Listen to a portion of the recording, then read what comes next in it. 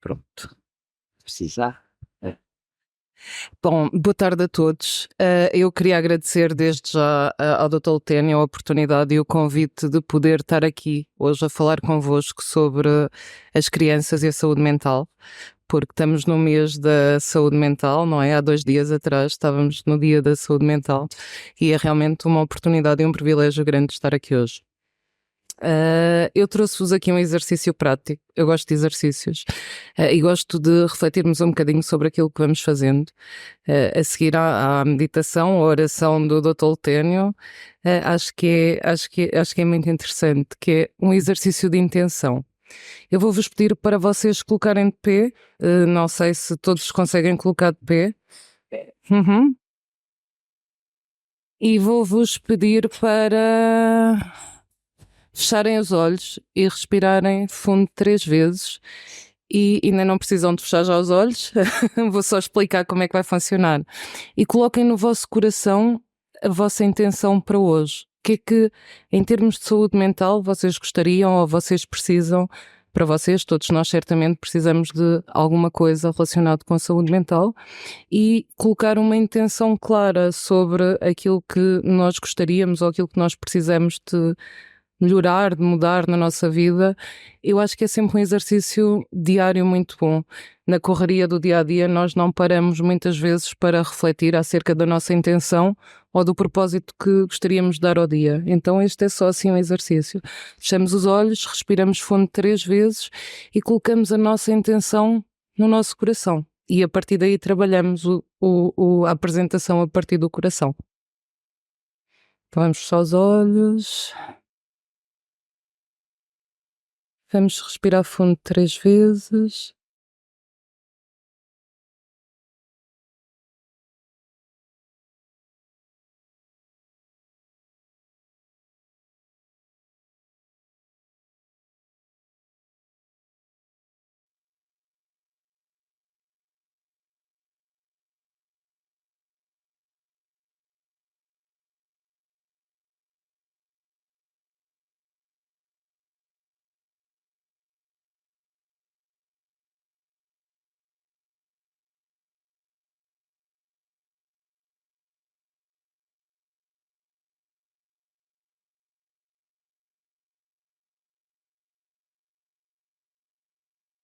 E quando tiverem colocado a vossa intenção no vosso coração, podem abrir os vossos olhos.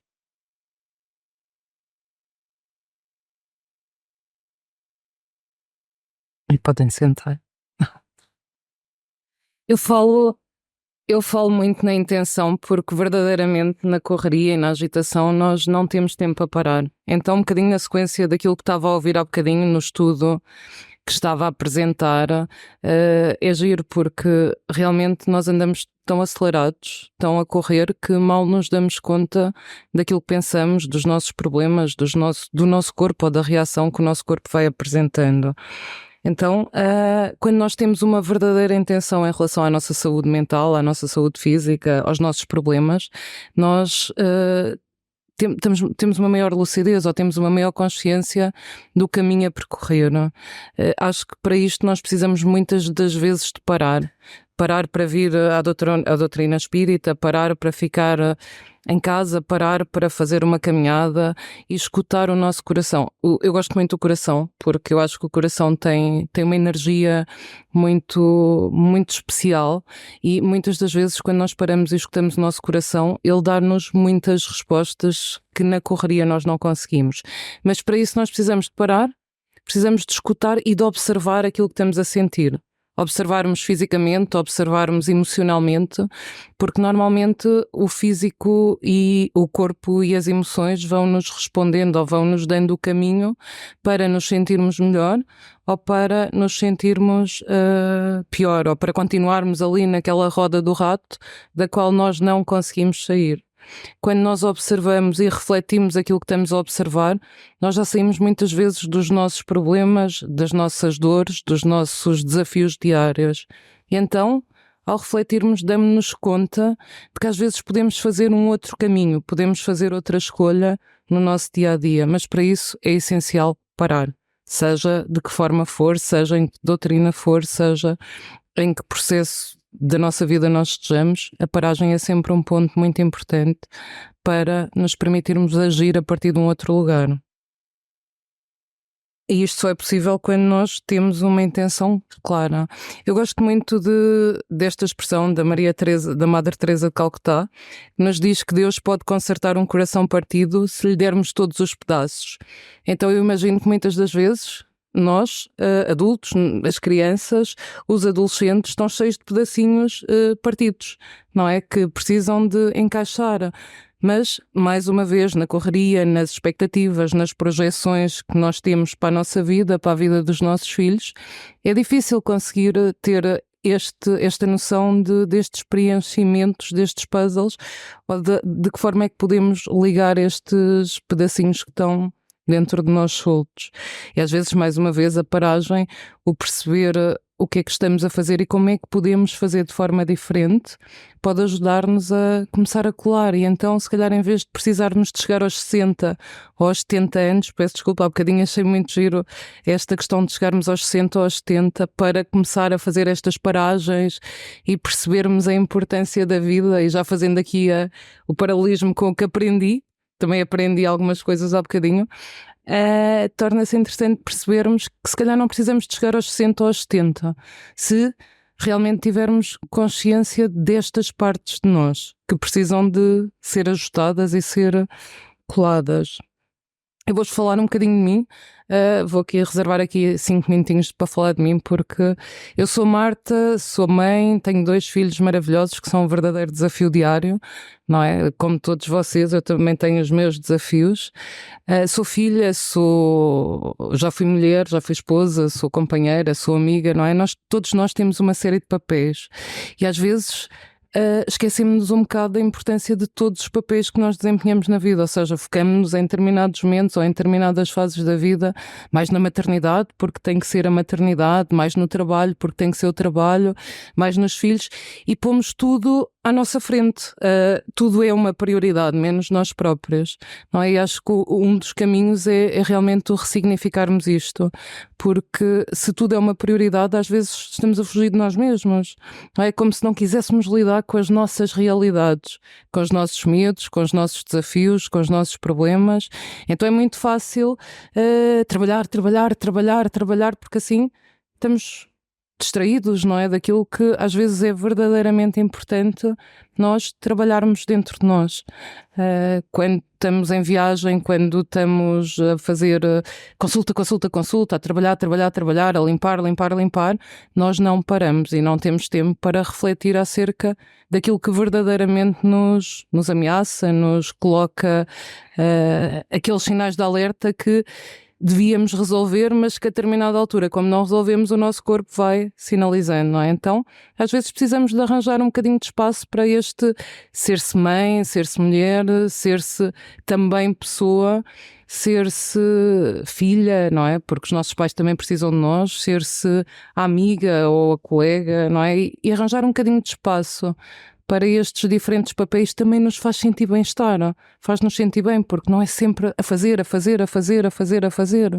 Então, às vezes, esta paragem e este arranjar um espaço num dia que só tem 24 horas, que passamos 8 a dormir ou 7, não é? Com mais 10 a trabalhar, é difícil, mas verdadeiramente aquilo que eu tenho observado muito nos últimos anos é que as pessoas só param quando adoecem, não é? Porque aí não há volta a dar, a pessoa vai inventando que não tem tempo, que não consegue, que não dá e de repente para numa cama de um hospital. E eu tenho algumas pessoas que ultimamente pararam numa cama de hospital, alguns amigos, e tenho refletido muito sobre isto, não é? Esta questão de termos tempo para poder usufruir da vida também, não é? Porque eu imagino, não sei o que é que a doutrina espírita diz sobre isto, mas imagino que a vida não pode ser só esta correria, não é? E às vezes mais é menos, não é? E acaba por se tornar uma fonte de rentabilidade até diferente, não é? Parar, refletir, estarmos bem para podermos estar bem com os outros é essencial. Quando paramos no hospital percebemos que afinal,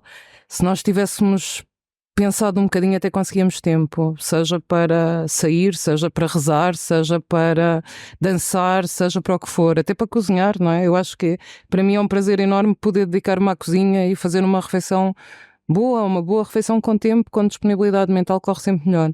Mas para isso eu preciso realmente deixar de inventar uma série de tarefas para fazer. Então eu sou um bocadinho isto, eu procuro ser um bocadinho ao longo da vida, um bocadinho de todas estas partes de mim, porque elas são complementares.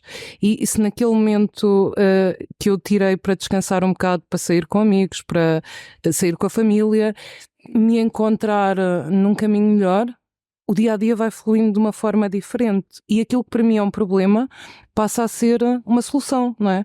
Eu levei alguns anos a perceber o que é que o meu pai dizia quando ele me dizia: eu ganho verdadeiramente dinheiro quando não estou a trabalhar.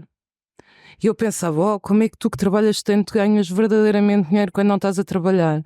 E ele dizia-me: porque eu tenho tempo, não é? Se eu estiver a trabalhar, eu não tenho tempo. Mas se eu não estiver a trabalhar, eu tenho grandes negócios. Pensava: uau, que espetáculo, então não é preciso trabalhar. Não é? Mas na verdade dá para ser complementar. Eu sou psicóloga clínica há 20 anos. Eu costumo dizer que tenho uma caminhada muito curta nesta trajetória, já lá vão, ou ainda só vão 20 anos. Continuo a aprender todos os dias com as pessoas que me aparecem. Sou psicóloga clínica de desenvolvimento, porque trabalho com as pessoas ao longo da vida, desde as crianças, às famílias, aos pais, aos avós. Já tive avós em consulta, o que eu acho que é delicioso. Portanto, vou tendo aqui um paralelismo das diferentes idades. Sou sistémica, trabalho família às vezes de uma forma diferente, que é: as crianças vêm à consulta, mas ao longo dos anos eu fui percebendo que o que motiva a procura da consulta muitas das vezes é um problema que os pais têm que resolver.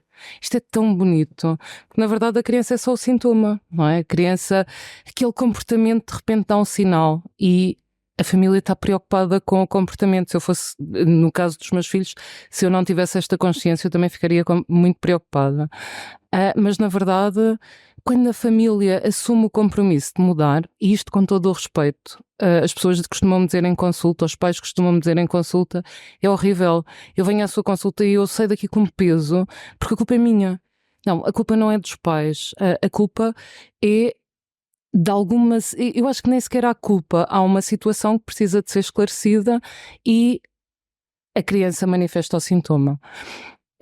Eu percebi muito isto com a minha filha. Eu percebi uma coisa: os meus filhos foram-me abrindo um bocado aqui o caminho para, e mudou muito a minha prática profissional desde que fui mãe, porque eu percebi que é espetacular ser psicóloga, mas é horrível ser mãe às vezes, não é? Porque falho todos os dias, porque tenho desafios todos os dias, porque eles não fazem aquilo que eu quero todos os dias, e então isto é uma aprendizagem diária, não é? Mas a minha filha trouxe uma coisa gira, que era: ela adoecia cada vez que eu saía para fazer formação. Ou melhor, ela tinha um ano quando eu fui fazer uma formação de 5 dias fora. E fiquei 5 dias fora. E com isto ela estava com varicela, estava com eczema, e eu senti-me horrivelmente mal por a deixar, não é? O pai dizia: mas vai, eu tenho o contacto de todos os pediatras que tu conheces, tenho o contacto dos centros, das clínicas, do hospital, os teus pais estão cá, os meus estão cá, portanto vai correr tudo bem. Toda a gente dizia: vai, mas eu sentia uma culpa horrível. E a partir daquele dia, durante 2 anos, cada vez que eu ia para fora, ela ficava com febre 2 dias antes. Eu achava aquilo extraordinário. Claro que eu tenho alguns colegas que são muito bons em perceber a doença através de uma outra visão, e a determinada altura a pediatra dela dizia-me uma coisa gira, que era: daqui a 2 dias a tua filha vai ficar com febre. E ela ficava com febre. Então o que é que nós percebemos? Percebemos que o problema, se calhar, daquela febre estava mais relacionado comigo e com a forma como eu me sentia do que propriamente com a criança. E foi muito interessante, porque houve um dia que eu falei com a minha filha e lhe disse: olha, Sofia, a mamãe vai fazer um curso, vai fazer uma formação, vai ficar só 3 dias fora, mas isto é muito importante para mim, sabes? Eu não te estou a abandonar.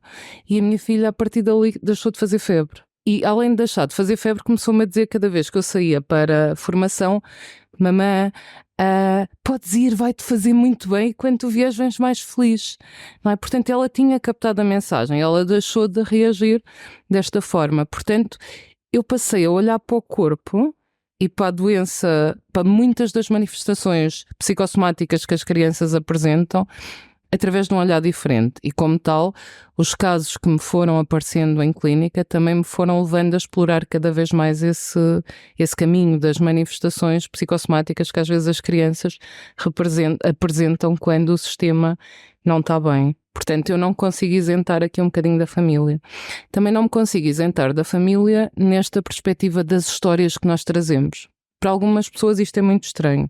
Para outras pessoas é facilmente de entender que nós somos um conjunto de... Para mim somos um conjunto de memórias. Memórias que nos pertencem, memórias que não nos pertencem. O que é que isto significa? Significa que as minhas memórias são fruto das minhas aprendizagens, ou seja, dos meus 45, quase 46 anos de existência, que é tudo aquilo que eu experiencio. Isto são as minhas memórias, é aquilo que eu guardo realmente como aprendizagem minha. Mas eu tenho aqui um período de 9 meses, quando estava na barriga da minha mãe, que o meu corpo, para mim, a explicação que eu consigo dar é esta, que o meu corpo registra, porque se eu estou na barriga da minha mãe e ela se sente muito feliz e muito bem, então eu também posso sentir essa felicidade e o meu corpo reconhece a felicidade, mas se ela passa por eventos traumáticos, se ela passa por perdas, se ela passa por dores, eu também reconheço essas emoções, o que significa que quando eu saio da barriga da minha mãe, eu esqueço essas memórias, não é? Mas o meu corpo não as esquece. Portanto, em algumas etapas da nossa vida, eu imagino que, e tenho trabalhado um bocadinho com isso, em algumas etapas da nossa vida, nós, se vivenciarmos situações que ativam aquela emoção, facilmente vamos para aquela emoção que aconteceu na barriga da nossa mãe. E isto não é uma memória nossa, é uma memória de uma situação que a nossa mãe viveu. Portanto, às vezes é fácil perceber, no caso das crianças, o que é que motiva determinadas características ou determinado tipo de comportamentos. E nós também temos um sistema familiar. E eu respeito imenso o nosso sistema familiar, com muito amor, porque enquanto mãe, falhando todos os dias, eu só consigo ser a mãe que consigo. Não dá para ser outra. Não é? Portanto, e como mãe, eu dou o meu melhor todos os dias. Se não consigo fazer melhor, é um handicap meu, mas não faz parte do processo que eu consiga fazer diferente. E muitas das vezes nós pais temos isto, e eu apanho muitos pais, e os pais sentem uma culpa tremenda, muitas das vezes, por não conseguirem fazer melhor, por falharem. Mas como é que seria se nós não falhássemos? Seria horrível, coitados. Já viram, os nossos filhos teriam pais perfeitos e não há pais perfeitos. E nós teríamos filhos perfeitos e não há filhos perfeitos. Há um processo, ou há uma dança, ou há uma simbiose entre pais e filhos que tem que acontecer de uma forma mais tranquila, sem tantas expectativas, sem tantas projeções. Se me perguntarem se os meus pais eram perfeitos, se eu queria ter os pais ideais, eu gostava imenso de ter os pais ideais, mas não tinham nada a ver com os pais que eu tive, e eu preciso de respeitar isto. E muitos dos conflitos que às vezes motivam grande parte da procura das consultas, nós encontramos sempre conflitos entre os pais, pais-filhos, conflitos entre os pais, ou seja, nesta nossa melhoria de vida, não é? De querermos ser melhores e de querermos ser pessoas melhores, as pessoas às vezes dizem-me o seguinte em consulta, e com todo o respeito por todas as histórias, que é o problema que o meu pai está resolvido. Não posso ver à frente, mas o problema é que o meu pai está resolvido.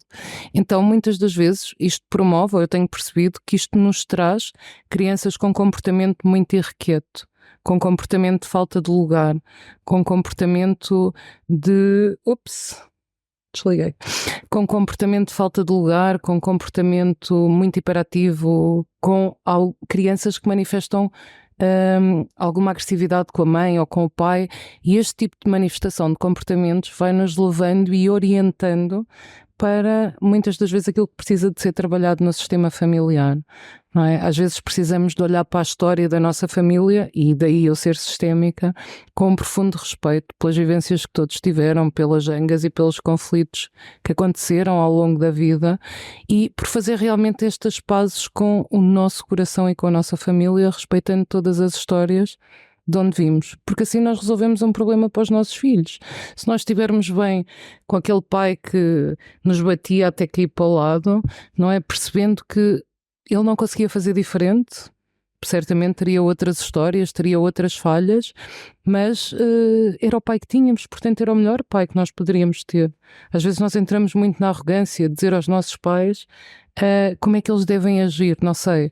Eu tenho refletido muito nisto, porque eu também fui muito arrogante e às vezes ainda sou muito arrogante com a minha mãe. Infelizmente meu pai já cá não está, mas nesta leitura eu percebo que eu não posso ser melhor que ela, eu não posso saber mais coisas que ela, eu posso saber coisas diferentes. Porquê?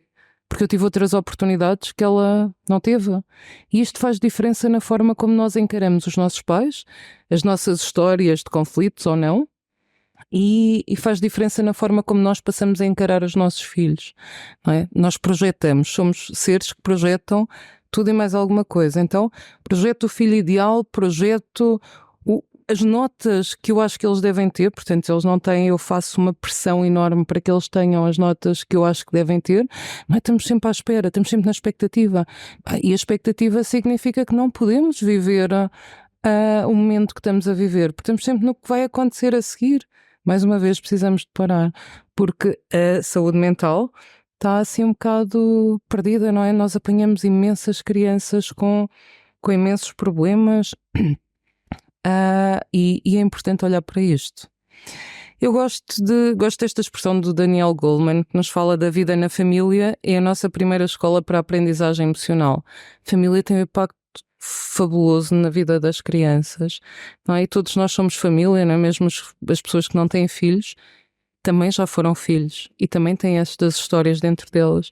E nós damos tão pouco valor às vezes a isto, que é na correria do dia-a-dia, os meus filhos às vezes estão a falar para mim e eu nem os ouço. Não sei se acontece convosco, mas às vezes nas milhentas coisas que eu tenho para fazer, não os ouço.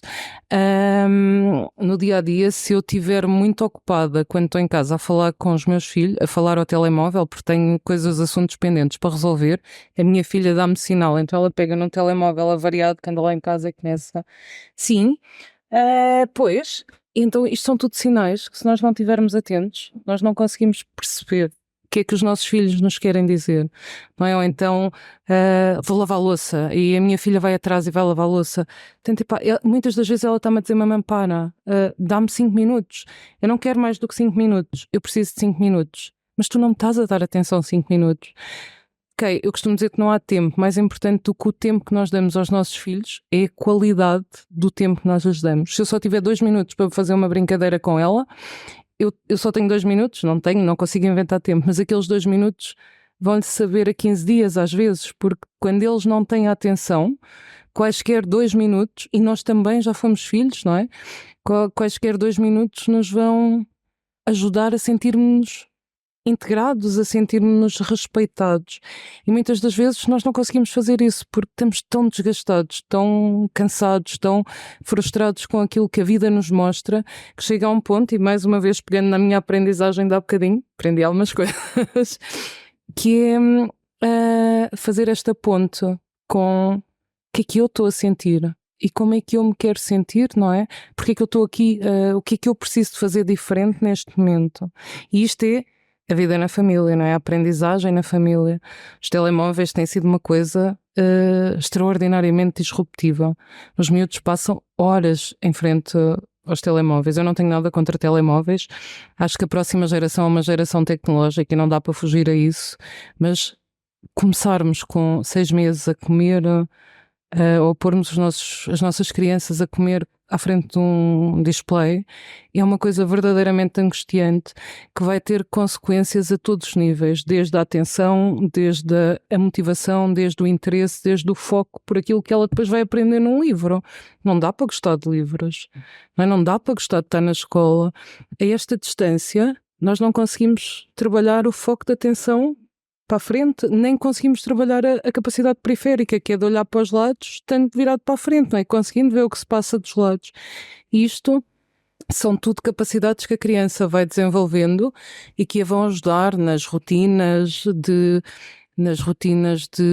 trabalhos de casa, de capacidade de autonomia, de resposta, não é? E estamos intoxicados de telemóveis. Quando nós entramos na escola, e eu tenho estado com muita frequência nas escolas, E trabalho muito com professores também, quando é necessário ir às escolas. Eu também estou nas escolas e definimos estratégias conjuntas. E é horripilante ver miúdos de, sei lá, dos 11 aos 17, sentados à porta da escola com um telemóvel na mão a jogar ou pesquisar. Os miúdos não comunicam muitas das vezes por mensagens. É um paradigma novo que nós temos que de alguma forma respeitar, mas que também temos que estar atentos em relação à forma como acontece. E isto é um problema de saúde mental, que é os miúdos não comunicam, os acessos que eles têm à tecnologia. Isto tem sido uma coisa muito preocupante em consulta. Os acessos que eles têm à tecnologia são os mais variados. Nós não controlamos os acessos que eles têm. As histórias que nos chegam muitas das vezes são histórias de cyberbullying, de alguma pornografia também. Pornografia não é bem pornografia, não é? Se eu conheço alguém pela internet e eu tenho alguém que me dá atenção, mas mais ninguém me dá atenção, então a minha exposição perante o telemóvel também vai ser muito mais fragilizada, não é? E depois isto traz outro tipo de consequências.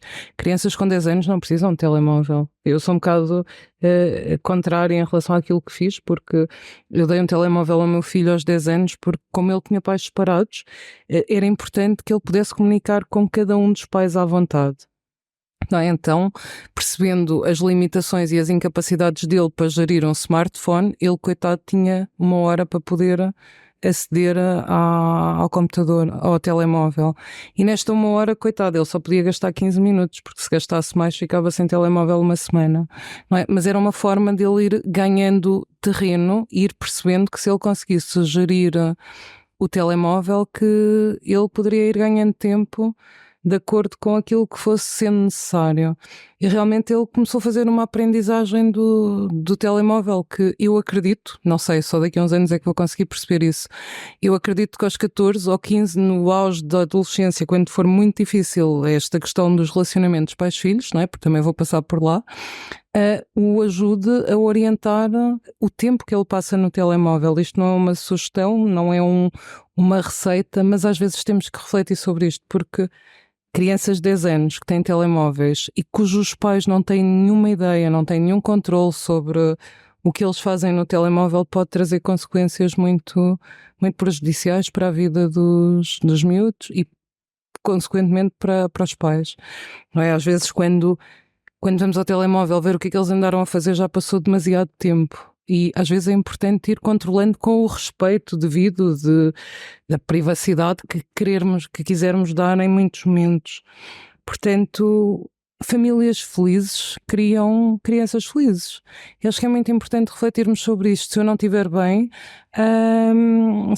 eu não vou conseguir fazer com que os meus filhos fiquem bem. Então há um aspecto importante que é, primeiro eu parafraseando uma colega minha que dizia que primeiro estou eu, segundo estou eu, terceiro estou eu, quarto estou eu, quinto estou eu e o meu marido e no sexto estou eu e os meus filhos. É importante refletirmos sobre nós. Os nossos filhos estão sempre em primeiro lugar. E a ordem hierárquica efetivamente não é esta, não é? Primeiro vêm os avós, depois vêm os pais, a seguir vêm os filhos.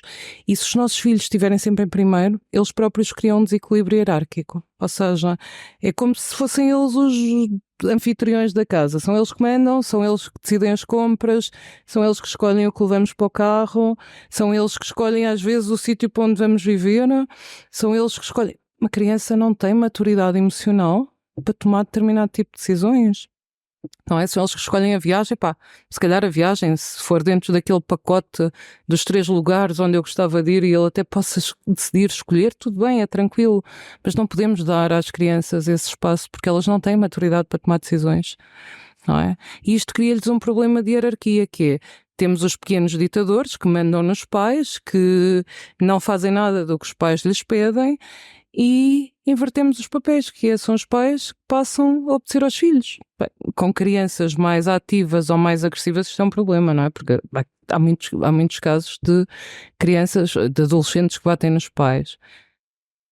Não sei se só por causa disto. Para mim esta questão dos comportamentos mais agressivos tem outras questões mais transgeracionais ou mais sistémicas pelo meio, mas observa-se isto muitas vezes.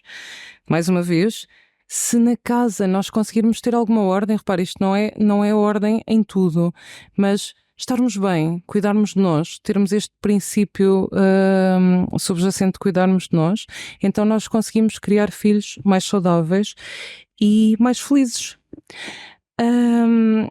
Eu peguei aqui um bocadinho, eu não trouxe nada assim muito teórico, porque achei que as teorias, estamos todos um bocadinho fartos de teorias, mas acho que é importante percebermos aqui dois aspectos sobre aquilo que a Organização Mundial de Saúde nos diz.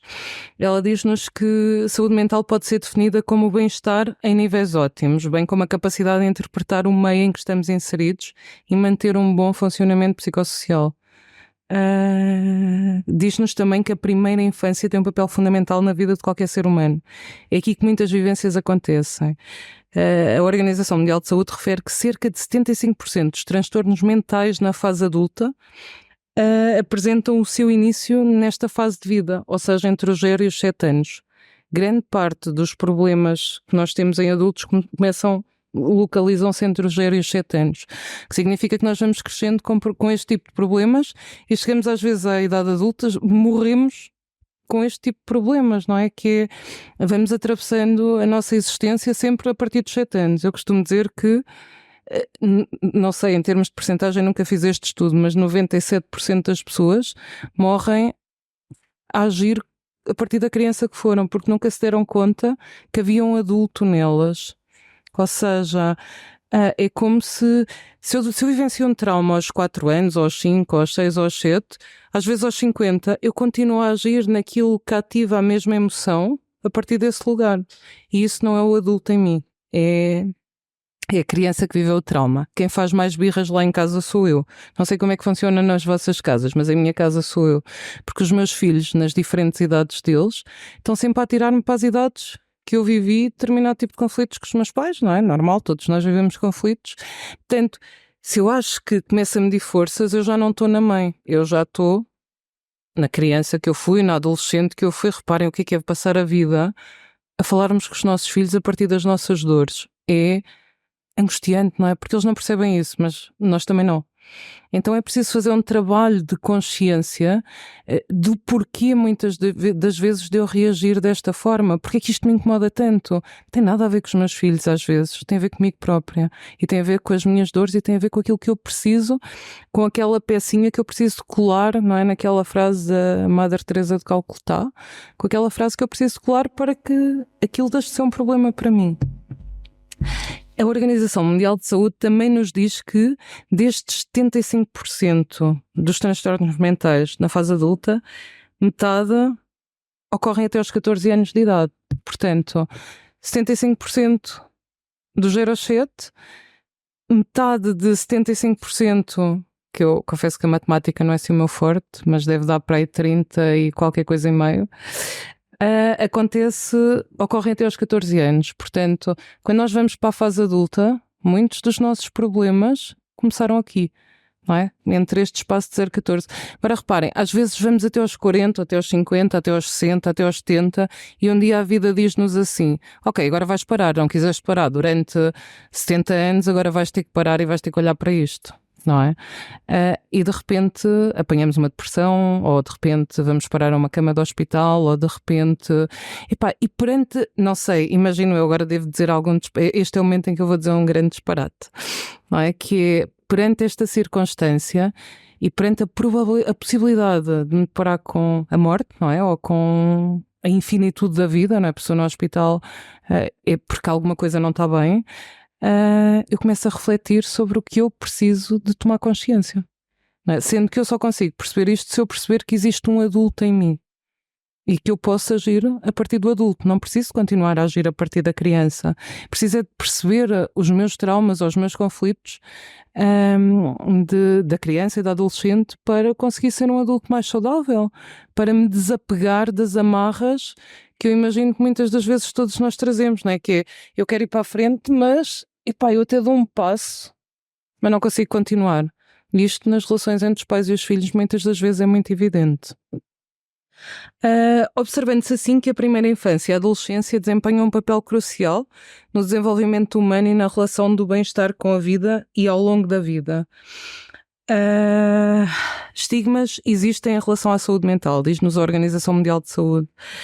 A vergonha, o medo, a ansiedade, a impotência, a culpa, o medo de falhar e errar necessitam de ser deixados de lado para que possamos ter zelo com a mente das nossas crianças, promovendo nelas aprendizagens seguras e confiantes para a vida. Realmente nós passamos a vida presos neste conceito da vergonha, do que é que os nossos filhos fizeram, meu Deus, que horror, que birra gigantesca, não é? Olha, fui buscar lá a polícia. Eu tinha uma mãe no outro dia que dizia uma coisa gira, que era: fui buscar o meu filho à esquadra da polícia porque tinha bebido demais. Não é suposto às vezes os adolescentes beberem demais? Pá, se calhar às vezes bebem. Mais do que entrar em conflito com esta vergonha, se calhar precisamos de falar com ele. Precisamos ter uma abordagem diferente. Precisamos deixar de sentir culpa porque falhámos a vida inteira para ir buscar o nosso filho à penitenciária, com todo o respeito por esta história, porque é uma história que me pode acontecer a mim, não é? Que pode acontecer a qualquer um de nós que tem filhos. Se calhar nunca me aconteceu a mim os meus pais irem buscar à penitenciária porque nunca fui apanhada, não é? Mas reparem, as abordagens, há bocadinho falávamos sobre os nossos pais, como é que foram os melhores. Eu não sei se os nossos pais foram os melhores, com todo o respeito por aquilo que partilhámos há bocado e por aquilo que foi uma aprendizagem. Eu acho que todos nós somos os melhores pais dos nossos filhos, porque coitados, só nos têm a nós, não há outros pais para eles, portanto, e as aprendizagens e o que vamos fazendo é um processo em contínuo, não é? Os meus pais foram o que foram, eles só conseguiam ser assim, eu sou o que sou, também só consigo ser assim, eu não consigo fazer diferente se não tiver uma consciência diferente. E às vezes precisamos trabalhar as consciências dos pais para que isto mude um bocado, mas precisamos de sair da culpa, precisamos do medo de falhar e precisamos de sair do tenho um filho perfeito, o meu filho tem que ser perfeito, não há filhos perfeitos.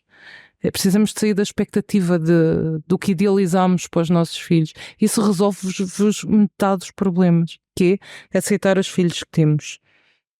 Fatores que influenciam a saúde mental, isto traz-nos o ambiente familiar, que era um bocadinho aquilo que estávamos a falar há bocado. Pais felizes, pais saudáveis, pais que param para pensar, ensinam aos filhos o respeito. Pais que vão jantar e namoram os dois, ensinam aos filhos relações saudáveis, não é?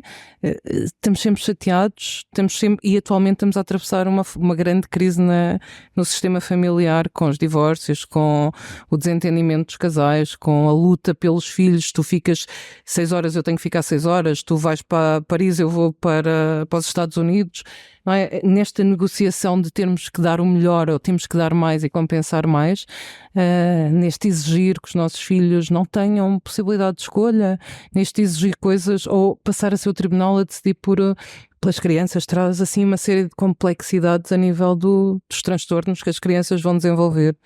Muitas das vezes os transtornos começam em casa. Nós falamos de bullying nas escolas, às vezes eu acho que é terrível, porque o bullying começa muitas das vezes em casa. Eu lembro dos meus pais dizerem uma coisa gira, que era: se tu continuas a chorar, eu vou arranjar um bom motivo para te chorar. Levas com uma colher de pau, levas com chinelo e tens um bom motivo para chorar porque sentiste dor. Para o que é que uma criança faz quando isto acontece? Ela engole a dor. Ela engole as emoções, ela não pode manifestar as emoções. É claro que na altura, há 70 ou 80 anos atrás, a metodologia era diferente, não é? Mas hoje em dia as crianças precisam de manifestar estas emoções. Porquê? Porque se elas engolem as emoções, elas vão criar um problema de comunicação. É como se elas não pudessem comunicar.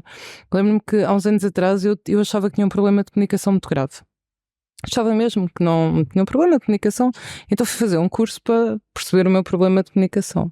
E cheguei lá e achei aquilo muito giro, porque éramos 30 e toda a gente se riu quando chegou a minha hora de dizer porque é que estava ali.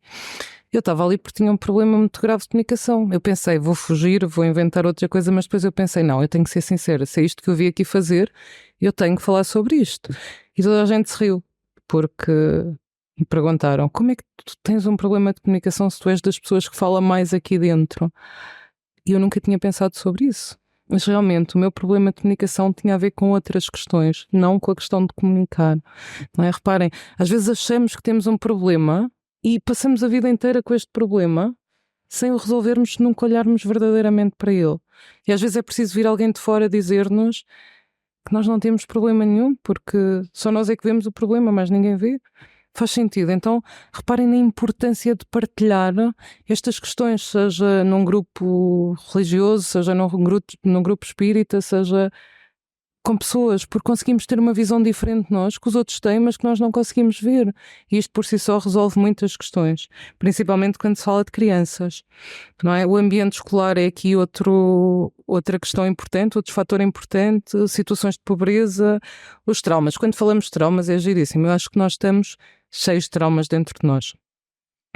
Mas assim mesmo eu imagino o nosso corpo cheio de nós, por dentro, e às vezes isto manifesta-se de uma forma física. Nas crianças também acontece, não é? Quando o pai ou a mãe berra ou ouve os pais a discutir e fica com medo que os pais se vão separar, ou ouve a professora a dizer que não sabes nada, não aprendes nada, não tens capacidades, pá, o que é que tu fazes? E a criança vai fazendo nós. Isto é tão traumático para a vida que ela vai passar a vida inteira a achar que é completamente burra e que não tem capacidades nenhumas. É importante reformularmos aquilo que dizemos aos nossos filhos e aos nossos alunos, porque tem um peso tão grande na vida deles que acabamos por os limitar quando na verdade eles têm potenciais fantásticos. Temos crianças muito criativas. Normalmente as crianças muito criativas são aquelas que dão uma série de problemas no contexto de sala de aula. Porquê? Não conseguem parar quietas? Pá, se eu estiver a pensar no mundo fantástico que tenho na minha cabeça, é difícil não ter um problema de hiperatividade ou déficit de atenção, porque eu não consigo ouvir a professora, não consigo acompanhar a matéria, portanto tenho um problema de um handicap de aprendizagem. E aquilo que se observa muitas das vezes é que estas crianças sofrem tanto porque o mundo criativo não encaixa no mundo do dia-a-dia, da escola, e cada vez mais, e os últimos 10 anos aproximadamente, as crianças estão tão diferentes, estão muito mais sensíveis, estão muito mais irrequietas, estão muito mais intolerantes, portanto, às vezes é importante pensarmos aqui um bocadinho sobre isto e sobre o que dizemos aos nossos filhos ou aos nossos alunos. O excesso de ecrãs, não é? Que é uma coisa que eu acho que é muito importante mesmo refletirmos. E este novo conceito de família, pais separados, pais que entretanto encontram outro companheiro, as formas como as relações acontecem e o respeito que muitas das vezes as outras relações devem, como é que eu vou explicar isto? Devem sentir sobre aquilo que são os nossos filhos, não é? Os nossos filhos, os filhos dos nossos companheiros. Observa-se muitas das vezes aqui alguns desajustes nesta questão. Vamos refletir um bocadinho sobre isto, vamos parar um bocadinho para perceber que se os pais não resolverem estas questões, as crianças vão manifestá-las muitas das vezes, refletindo-se no rendimento escolar, dificuldades de aprendizagem, isolamento social, perturbações de desenvolvimento, perturbações alimentares, comportamentos obsessivos, medos e fobias, ansiedades. Isto é mais ou menos o prato do dia, não é? Problemas de medos, de ansiedades, crianças que não conseguem sair de casa, pais que sofrem de depressões muito fortes. Crianças em pânico. É giro, porque eu acho que as crianças têm que ser crianças, não podem sentir nada disto. Claro que podem chorar, claro que podem sentir-se tristes, claro que podem ficar ansiosas porque são deixadas na escola, mas com esta carga tão intensa com que tem acontecido nos últimos anos, pá, e principalmente no pós-Covid, não é? Porque há aqui um antes-Covid e um pós-Covid. O pós-Covid trouxe aqui uma aceleração enorme destas questões. Eu acho que nós precisamos de refletir porque é que isto está a acontecer, não é? Cada vez mais isolados. Os próprios pais, as próprias famílias cada vez estão mais fechadas, não é? Antigamente éramos uma comunidade. As pessoas encontravam-se na rua, discutiam, acendiam fogueiras, descamisavam milho, não sei se aqui também se descamisava, mas nos contextos mais pequenos isto era frequente e era giríssimo. As pessoas partilhavam histórias, relatavam coisas e íamos crescendo todos. Atualmente isso não acontece. Eu saio da escola, eu vou para casa. Eu saio do trabalho, eu vou para casa. Às vezes nem tenho tempo para partilhar com os amigos, porque não há tempo. Então torna-se importante percebermos aqui o que é que nós, ou o que é que faz sentido a cada um de nós alterar, para que esta tristeza e esta angústia e estes medos e estes desesperos dos miúdos deixem de acontecer. Vamos pensar nisto numa perspectiva funcional. Voltamos aqui um bocado. Os pais são os modelos. Para isto sem culpabilizar pai nenhum. Os pais são os modelos, são os alicerces. Se nós construirmos uma casa, nunca pensei muito nesta ótica, mas eu imagino que se construirmos uma casa sem uns bons alicerces, é difícil que as crianças não tenham muitos destes problemas assim fortemente enraizados. E repara, isto não significa não falhar, significa que eu preciso tomar conta de mim, porque se eu estiver bem, os meus filhos vão estar muito bem. Se eu arranjar tempo para mim, os meus filhos vão perceber duas coisas essenciais, que é o respeito por eles, não é? Porque se a minha mãe vai ao ginásio, é porque ela se respeita, então eu posso ir ao ginásio também, porque ela também ia, e ela até tinha 46 anos, 45, ou até tinha 60 e ia andar de bicicleta. Portanto, isto é uma aprendizagem para a vida, mas eu preciso de me respeitar a mim antes de respeitar os outros. Eu preciso, independentemente das críticas, do que se observa, muitas das vezes, porque se continuarmos neste modelo, vamos ter crianças cada vez mais dependentes, cada vez menos autónomas, cada vez mais apegadas de uma forma muito negativa à casa, à família, aos telemóveis, inseguras e com uma baixa autoestima. Uma das principais razões por quais as crianças vão à consulta de psicologia é porque não têm autoestima, ou têm uma autoestima muito baixa. E é giro, porque depois os pais dizem, mas eu também era assim, não é? Estamos logo num processo de identificação com a autoestima da minha filha ou do meu filho. No entanto, eu costumo dizer que não há autoestima baixa nem autoestima alta. Há a minha capacidade de olhar para a minha autoestima. Se eu aprender a olhar para a minha autoestima, eu vou ver que ela está ali. Às vezes está ali mortinha para me dar a mão. Mas, se eu não olhar para ela, eu nunca a vou ver. Não é? E a autoestima também é uma construção. É um processo que se aprende quando se está em contacto. Eu consegui fazer isto, boa! Pá, espetacular, olha, já viste? Eu venci o meu medo. Eu tinha um miúdo que no outro dia me dizia, olha, ele tinha uma sensibilidade muito grande a sons. Cada vez que passava uma moto era um problema porque ele fechava-se dentro de casa. Que era um problema se ele não tivesse em casa, não é? Porque às vezes ele escondia-se debaixo de alguma coisa, porque a sensibilidade era tão grande que quando nós falámos sobre aquilo e definimos uma estratégia de atuação, na consulta seguinte ele chegou e disse uma coisa gira que era: eu sou um verdadeiro campeão, tu tinhas razão. Sabes porquê? Porque eu não ouvi moto nenhuma esta semana. Eu achei aquilo tão giro, ou seja, o simples facto de ele ter verbalizado o medo, a sensibilidade fez com que ele se desse conta que dentro dele existia um excelente psicólogo, não é? Porque eu continuo a acreditar nisso, que o fez resolver o problema. E precisou de uma sessão. Na segunda sessão ele estava muito melhor. Na terceira sessão ele dizia: olha, já não tenho problema, já viste?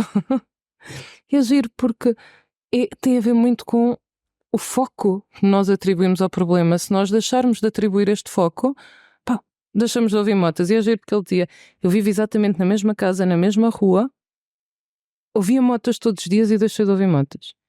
Não é? Tem a ver com a sensibilidade, tem a ver com a forma como a criança verbaliza e com o facto de se achar que aquilo é um problema ou de se achar que aquilo não é um problema. Enquanto pais, é difícil não acharmos que isto é um problema, não é? Porque na verdade é um problema que limita a vida das famílias. Mas às vezes precisamos só de dar atenção ao nosso filho. E se nós dermos atenção ao nosso filho, nós resolvemos a questão. Eu lembro-me de haver uma situação em que... agora perdi a situação. Mas pronto, tem a ver com isto. Tem a ver com a capacidade de permitirmos aos nossos filhos falarem sobre as coisas. Já sei o que era. Que é... a minha filha tem medo. Não há razão nenhuma para ter medo. Eu já lhe disse que ela pode dormir no quarto, que não há monstro nenhum debaixo da cama, mas todos os dias ela faz isto, não é? Para ver os monstros. Então vamos valorizar aqui um bocadinho isto. Se a criança tem medo, se ela está triste, se ela está com vontade de chorar, é porque há alguma coisa que não está bem, é porque há alguma coisa que é difícil para ela. Então vamos deixá-la poder falar sobre isso, vamos deixar de dizer-lhe: olha, eu compreendo que é difícil para ti, vamos lá ver debaixo do armário, estás a ver? Olha, encontras alguma coisa, vamos brincar um bocadinho com o medo. E o medo a determinada altura ele esbate-se. Se nós brincarmos com os nossos problemas, se nós começarmos a brincar com os nossos problemas e com as nossas dificuldades, nós ficamos muito mais felizes e ganhamos mais autoestima, porque ela está sempre lá para nós. A importância da família. Eu gosto de trabalhar com duas coisas, com amor e com confiança. Eu acho que estas são as minhas duas ferramentas ao longo destes 20 anos. É o amor e a confiança. Se eu não sentir amor por aquela situação, coitado da pessoa que eu tenho à frente, e se eu não confiar que a pessoa que eu tenho à frente, seja ela uma criança, um adulto ou um idoso, vai conseguir resolver por ele próprio o problema, ele nunca vai conseguir chegar lá, não é? Porque quanto da nossa confiança é que nós damos aos nossos filhos, não é? Voltando aqui um bocadinho às crianças e à saúde mental, quanto é que nós confiamos nos nossos filhos? Pá, não consegues fazer nada de jeito. Eu própria às vezes faço isso. É giro que ele diz: mamãe, não foi isso que tu me ensinaste, porque tu ensinaste-me a ver aquilo que eu faço bem, não aquilo que eu faço mal. E eu engulo as minhas próprias palavras, não é? Mas realmente é uma aprendizagem. Pá, não fazes nada de jeito. Como é que tu não consegues pôr o leite sem tornar pôr leite na chávena sem tornar, e todos os dias a mesma coisa? Não é? Estava distraído, estava a ver televisão, a sério, não é? E se nós continuarmos a insistir naquilo, que é o que nós fazemos muitas das vezes porque estamos cansados, porque não paramos, pá, coitados dos nossos filhos, eles vão chegar à fase adulta com a crença que era minha, que é: não faço nada de jeito. E como eles são filhos muito obedientes, eles vão mesmo às vezes viver a vida sem fazer nada de jeito, só para obedecerem à mãe, que a mãe é que sabe, não é? A mãe é que é a dona da verdade. Os pais são os heróis dos miúdos. Então, pá, já viste? Ainda não estudaste, não consegues estudar. Como é que tu não consegues estudar? E ele vai chegar aos 30, coitado, com problemas com os estudos. Bem, esperemos que não seja aos 30, aos 20 e poucos, com problemas com os estudos, porque é um filho obediente e tem que ter problemas nos estudos. Isto são as crenças que nós passamos nas nossas projeções para os nossos filhos. Vamos estar atentos a isto, que é não julgar. Nós somos horrendas criaturas de julgamento. Estamos sempre a julgar. Pá, não está bem vestido, não comeu nada de jeito, já viste penteado aquela pessoa. E estamos sempre a julgar as coisas mais superficiais, com todo o respeito. Às vezes julgar é bom, não é? Faz-nos sentir bem, porque faz-nos sentir muito melhores, muito mais ups, não é? Então vamos tentar não julgar, porque se nós não julgarmos, a nossa vida torna-se muito mais fácil e segura, não é? Deixamos de estar tão focados no outro para estarmos mais focados em nós. E a mente principiante, que é como se eu estivesse sempre a aprender todos os dias as mesmas coisas que o meu filho, não é? Ou com os meus filhos, ou com o meu marido, ou com os meus amigos. Se eu tiver sempre em mente principiante, a vida torna-se muito mais fácil, porque eu não estou nas minhas dores de infância. E respeito e tempo para mim e aceitar aquilo que eu tenho para viver torna-se ser coerente comigo mesmo. Se eu aceito a fase em que estou, eu sou mais coerente com aquilo que faço. Às vezes temos que arranjar estratégias para aceitar grandes montanhas, não é? Porque a vida, na verdade, às vezes é uma montanha gigante. Estabelecer limites, ser consistentes naquilo que queremos, na forma como queremos ensinar aos nossos filhos, e sentir uma grande gratidão por as situações que vivemos todos os dias. Eu acho que a gratidão transforma verdadeiramente aquilo que nós vivenciamos. E sermos humildes, eu acho que sim, acho que a humildade também faz parte deste pacote. Sentimentos a eliminar: as dificuldades. Deixar de falar em dificuldades para passar a falar em oportunidades. Isto foi outra aprendizagem de há bocado, que era quando estávamos a falar aqui nas montanhas, não é? Que a vida nos coloca. Ser dificuldades, às vezes são oportunidades maravilhosas para o que vem a seguir. E se nós estivermos atentos a isto, é uma oportunidade extraordinária, porque o que vem a seguir é muito melhor do que aquilo que foi o que nos trouxe aqui. Às vezes só precisamos de perceber qual é que é o botão que vamos a parafusar ou soltar para que as coisas fluam. Deixarmos de pensar no fracasso. Tudo é fracasso. É para que vergonha, os meus filhos têm 5 negativas, que horror. Então vamos perceber qual é que é a oportunidade que nós lhes podemos criar para que o fracasso deixe de existir e se possa tornar realmente um sucesso. Sentir culpa. Vamos deixar de andar com o saco às costas, vamos deixar de vivenciar este peso que muitas das vezes não nos leva a mudar o comportamento com os nossos filhos, nem com as pessoas à nossa volta, muito menos com a nossa família. Coitada, é culpada de tudo aquilo que eu sinto ou que eu vivo. Vamos deixar de nos sentir incompetentes, pá, que é outra coisa assim muito angustiante. Não consigo fazer nada de jeito. Já viste?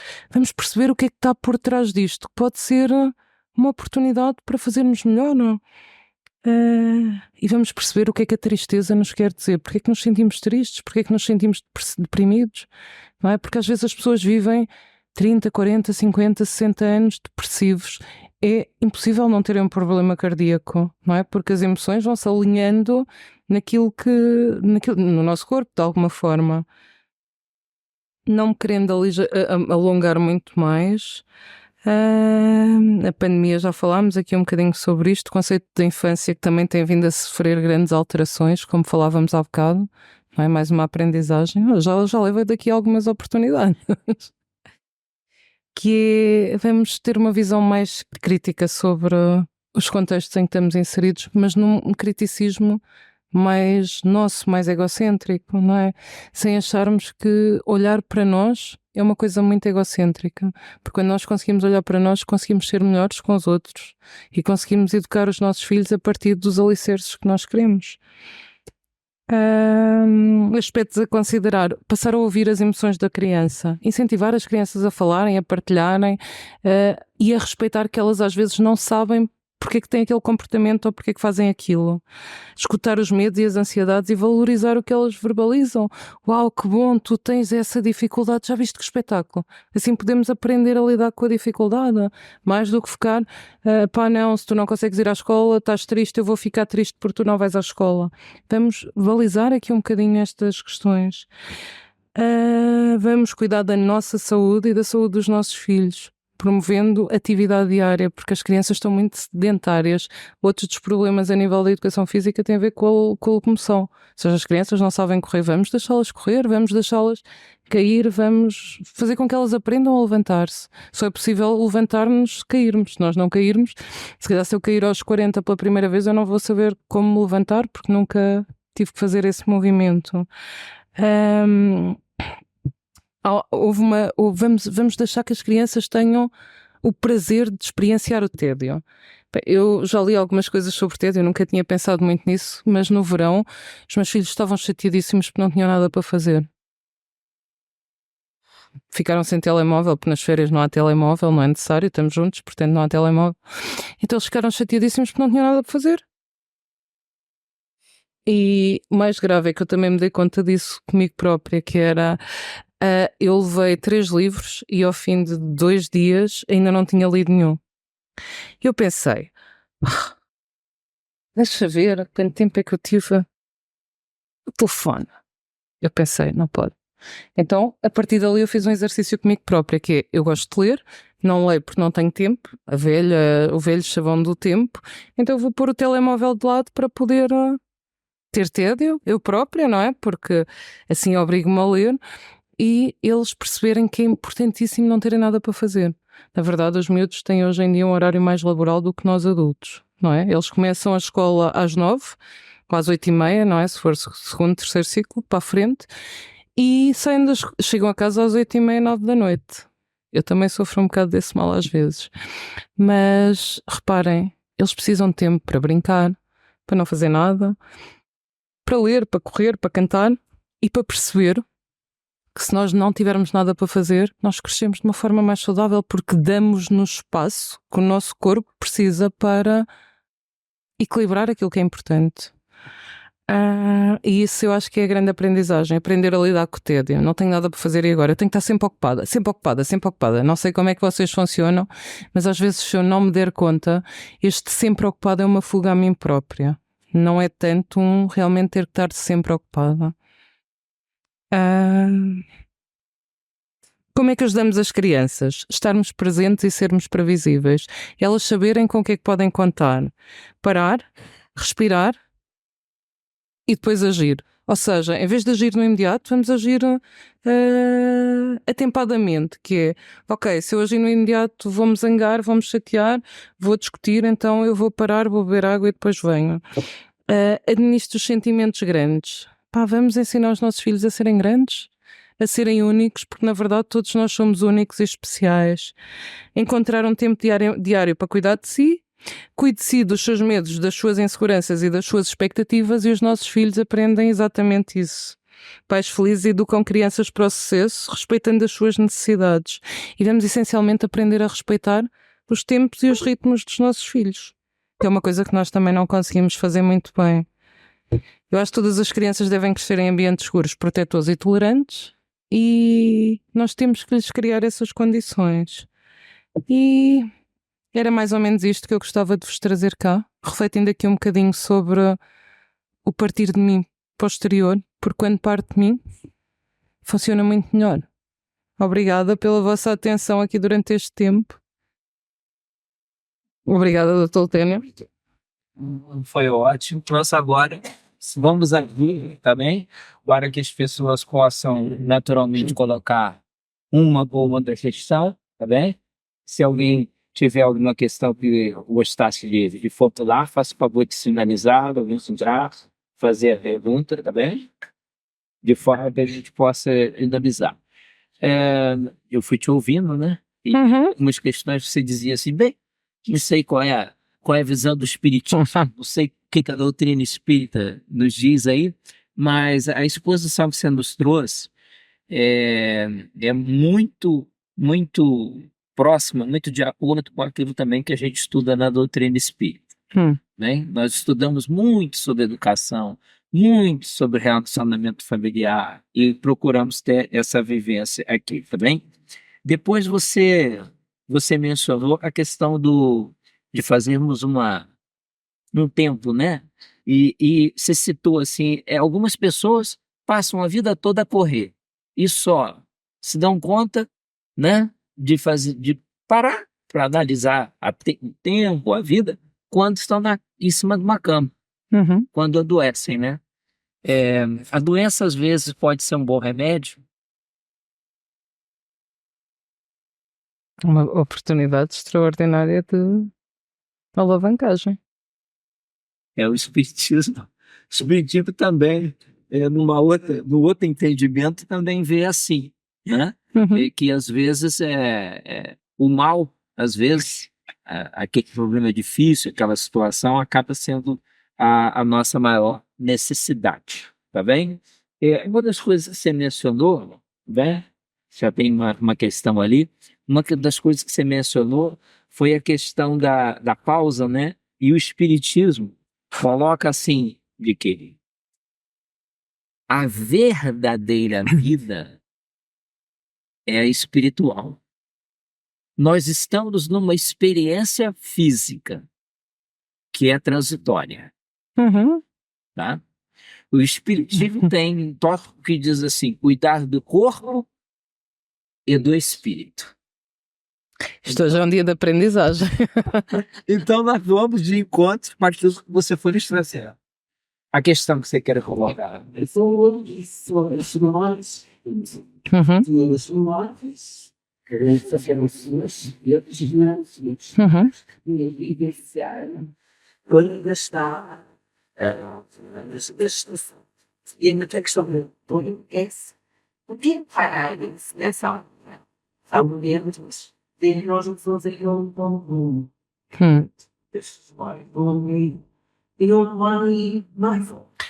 Elas vão um bocadinho mais atrás, não é? Eu não lhe sei quantificar isso, Ana. Eu não lhe sei quantificar isso, Ana. Eu vejo estas memórias de um prisma, de um ângulo muito sistémico. O que é que isto significa? Significa que se eu tenho uma mãe e um pai, não é? Se eu tenho um filho, ele esteve na minha barriga. Portanto, estes 9 meses é um período de transição em que ele registra a informação no corpo, não é? Ele vai crescendo e a informação é fisiológica, é corporal, é o corpo que guarda essa informação. Mas este filho, às vezes dá vontade de dizer que este filho é 97% mãe e 3% pai, que é aquela parte que eu não gosto nada no pai, não é? Ou vice-versa. Dizemos isso. Ou vice-versa, que é 99 pai e aquele 1% da mãe, que é horrível. Mas na verdade não. Na verdade a criança é 50-50. É um espermatozoide para um óvulo. Pá, às vezes haverá aqui 2 óvulos, não sei. Não sei. Agora levantei-me esta questão a mim mesmo. Às vezes a gente Pode acontecer, não é? A gente costuma dizer, né? Esse lá que saiu ao pai. Aham. Saiu ao pai. Tinha que herdar. Geralmente a gente... Como sim? E para mim, ao longo destes últimos anos e com algum estudo sobre fisiologia, sobre doenças hereditárias, sobre transgeracional, não é? O transgeracional são as histórias que vieram antes de mim, faz algum sentido que não sejam só as doenças hereditariamente transmissíveis, ou seja, as memórias que eu vivencio, se o meu corpo as registra, ele também as possa passar para o meu filho. Portanto, o meu filho é uma caixa, os meus filhos são uma caixinha de informação de todas as histórias que vêm para trás, não é? Não vamos ao início da vida porque não precisamos de ir ao início da vida, mas haverá aqui um conjunto de 3 ou 4 gerações que eu acho que é importante estudarmos para percebermos porque é que repetimos determinado tipo de padrões, não é? Padrões familiares, às vezes temos um familiar, já percebi que também tem algum ponto de ligação. Se temos um familiar que sofre de alcoolismo ou violência doméstica, porque é que um dos descendentes a seguir vai sofrer ou vai ser a vítima ou pode ser o agressor? Não é? Não sei.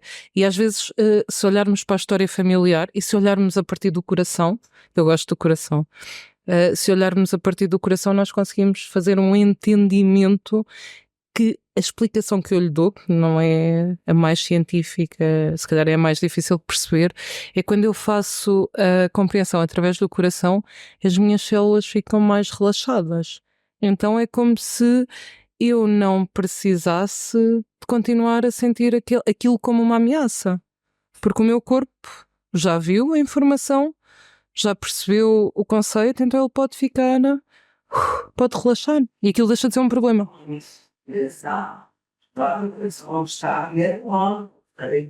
Vejo tudo. Isso é bom que seja visto. Admite que, quando está a tomar a medicação, está a abrir por outro lado, as pessoas quer dizer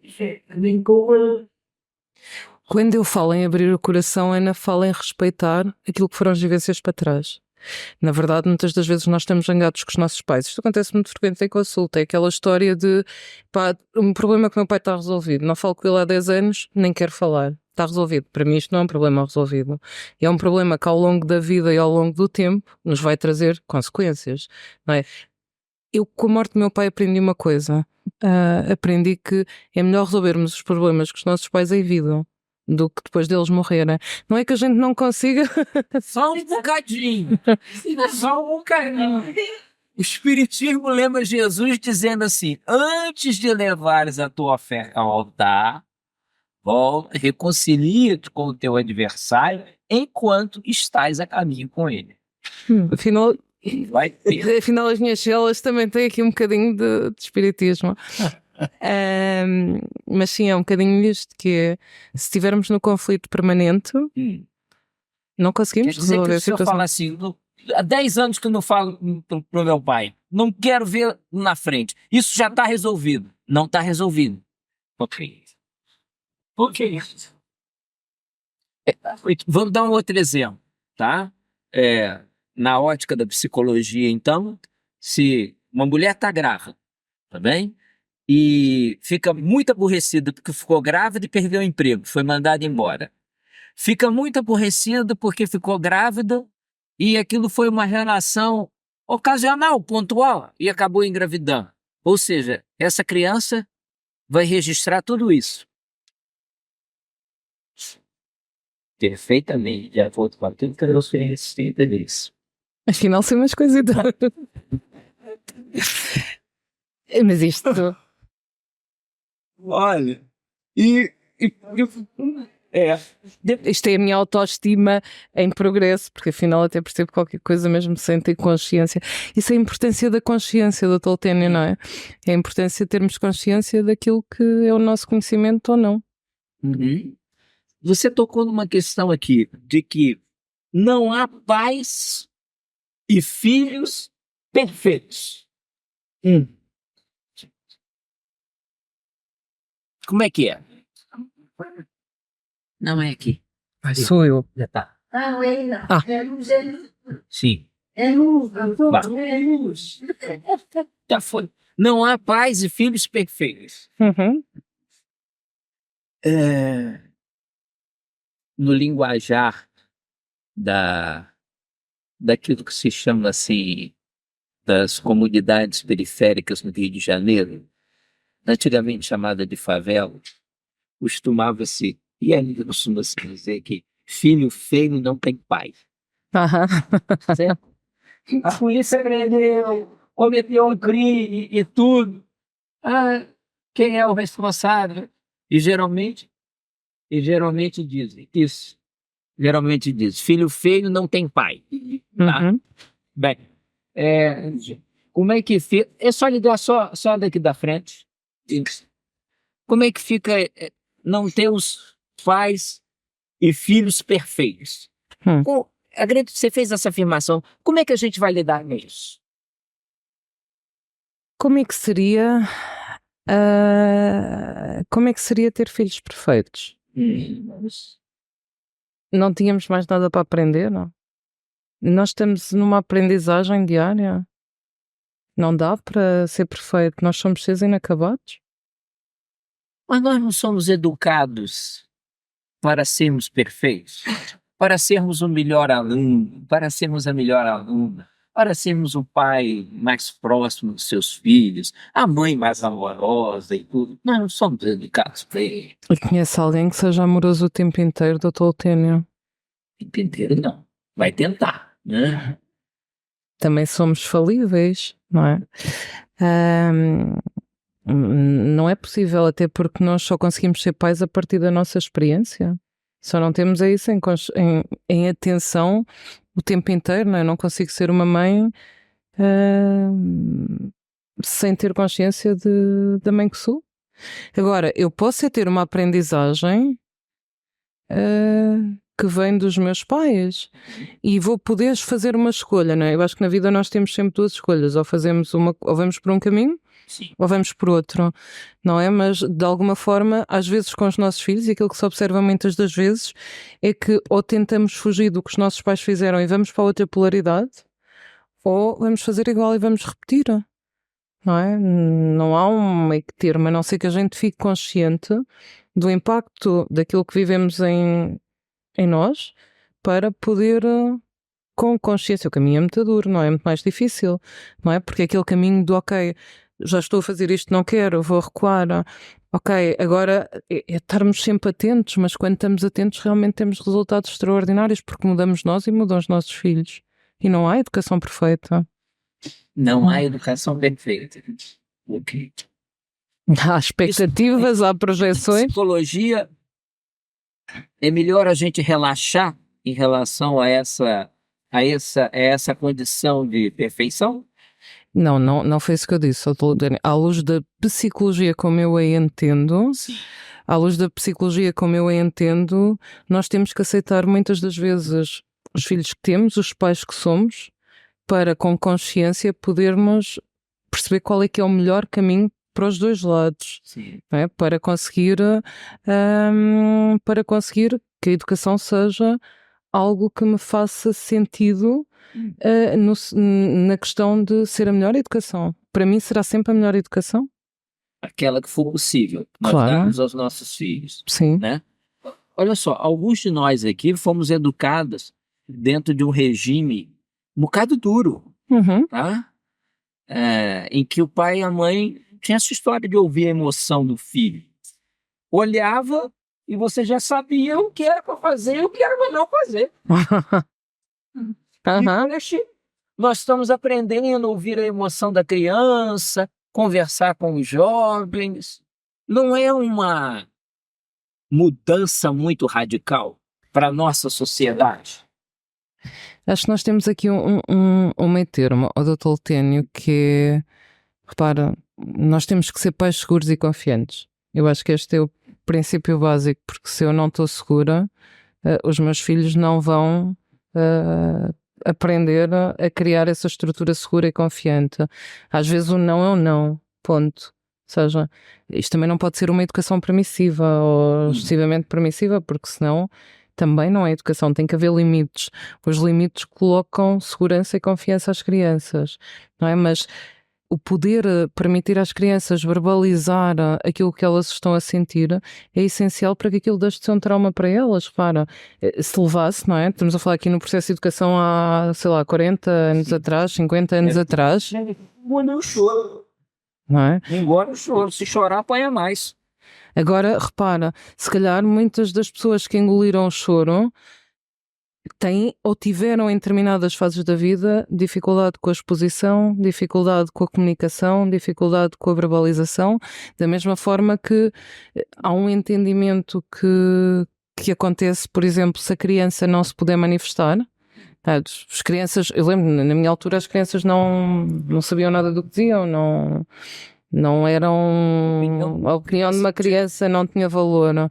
E muitas das vezes isto reflete-se, às vezes, num problema para a vida, Sim. que é como é que eu comunico num contexto mais social. Não é? E isto observa-se muito nos adultos hoje, Sim. não é? Que é, ainda hoje continuarem com problemas de comunicação ou de insegurança ou de medo de falar e de se exporem, não é porque não saibam, é porque acreditam que não têm opinião, que não podem manifestar a opinião. Então acho que nós precisamos aqui de encontrar um equilíbrio entre aquilo que é a educação das crianças e aquilo que é até que ponto é que isto pode ser um problema. Sim. Não é? Ou seja, é tentar fazer aqui um equilíbrio entre as duas coisas, percebendo o que é que está por trás.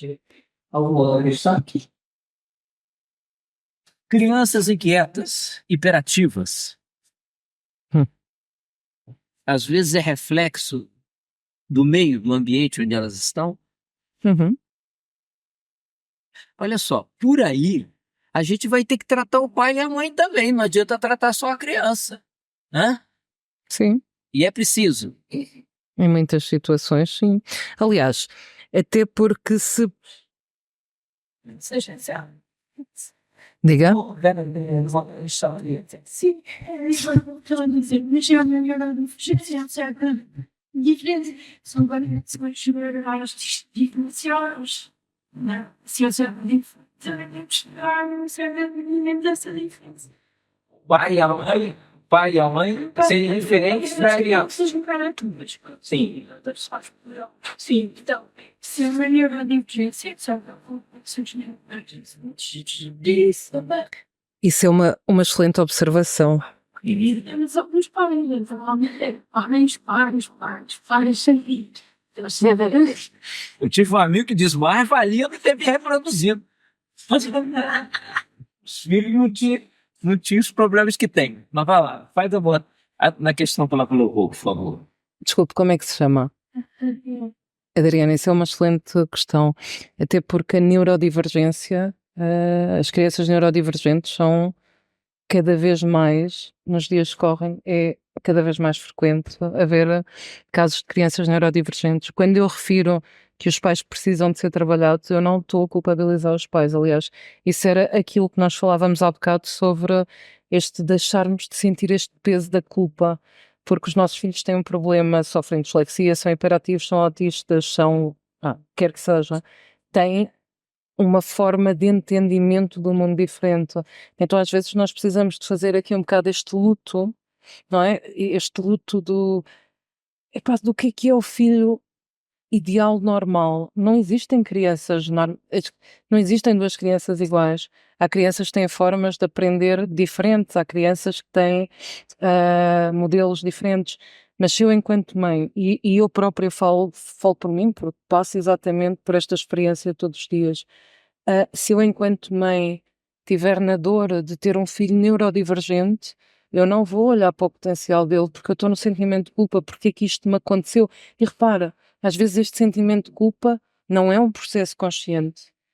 E eu não estou a pensar que estou na culpa todos os dias, porque esta culpa só me invade mesmo assim, muito agressivamente de vez em quando, mas inconscientemente eu estou lá. Ou seja, cada vez que o meu filho dá uma resposta ou tira uma nota negativa ou bate no colega porque não entendeu o que é que o colega queria dizer, eu vou imediatamente para lá. Mas não me apercebo, muitas das vezes não me dou conta. E quando me refiro à questão dos pais, eu refiro muitas das vezes à questão da mudança de comportamento dos pais. Não pelo facto dos pais se sentirem culpabilizados por aquela situação. Mas reparem, muitas das vezes os pais chegam à consulta e com todo o respeito, porque realmente todas as histórias são incríveis. E por trás de cada história às vezes há muita dor e muito sofrimento, que é, o meu filho tem um problema, eu preciso que o meu filho resolva o problema dele. Mas eu sou sistémica. Eu não consigo olhar para o problema do filho isoladamente do contexto familiar. Então, comportamento gera comportamento. Repare, há muitas situações em que as crianças em consulta melhoram os medos, os problemas, sejam eles quais forem, a aprendizagem da leitura. E vamos pegar numa questão de neurodivergência. Eu tive há pouco tempo uma miúda com dificuldades de aprender no primeiro ano de aprendizagem de leitura e de escrita, que não conseguiu fazer esse processo até ao último mês do último período, e nós começámos a trabalhar isso e a criança deu o salto e começou a ler. Ela só trabalhava na consulta, ela vinha à consulta uma vez por semana, ela precisava de mais tempo para fazer isso. E como as abordagens muitas das vezes são diretamente nas escolas, eu fui à escola falar com a professora, e a professora estava na dificuldade dela e no medo dela de pedir à criança para ler. O que significa que a própria professora estava na fragilidade. Esta criança não queria ler se não lhe dissem para ler, porque a dificuldade da exposição era muito grande. Quando a professora, depois desta reunião, quando a professora pediu à miúda para ler, a miúda nunca mais teve dificuldade em ler na sala. Ok, não lia como lia um miúdo que fez o processo de começar a ler em novembro a dezembro. Mas começou a sentir confiança, porque sentiu, essencialmente, que a professora confiava nela. Parem, isto tem um impacto extraordinário na vida das crianças neurodivergentes. Há 20 anos atrás eu comecei a trabalhar com autismo, em crianças em faixas etárias muito precoces. Nós trabalhávamos todos os dias. Eu lembro do meu primeiro paciente, coitado, sofreu tanto.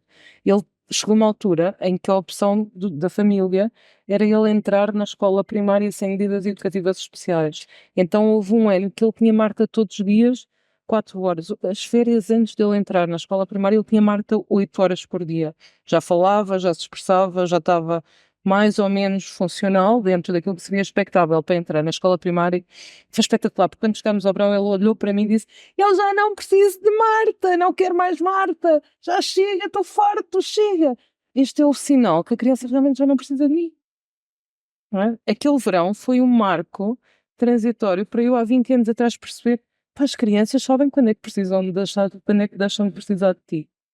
Não é? Porquê? Porque é possível que crianças neurodivergentes façam processos de aprendizagem dentro da plasticidade neuronal delas diferente. E está tudo bem. Sobre essa questão que você mencionou, nem foi levantada a questão da culpa que os pais sentem, a doutrina espírita troca a palavra culpa por uma outra, tá? Nós costumamos utilizar no espiritismo a palavra responsabilidade, tá bem? Uhum. A culpa vai implicar numa outra coisa. Hum. O marido da culpa que se chama castigo. Quanto mais culpável eu ensino, mais eu acho que tem que sofrer, mais castigo eu acho que tem que passar. O espiritismo tira, é responsabilidade. Você é responsável, eu sou responsável, nós somos responsáveis. Né? E sendo responsáveis, o que a gente pode fazer para ultrapassar essa questão? Só não percebi muito bem o castigo. Quando eu acalento muito a ideia de que sou o culpado, né? É esse ser castigado? Muitas das vezes vem fruto de um certo aprendizado, né? Quem é o culpado? Quem é que pecou? Fulano. Confessa o teu pecado, toma a penitência, vai ficar de joelho no nível. Percebeu?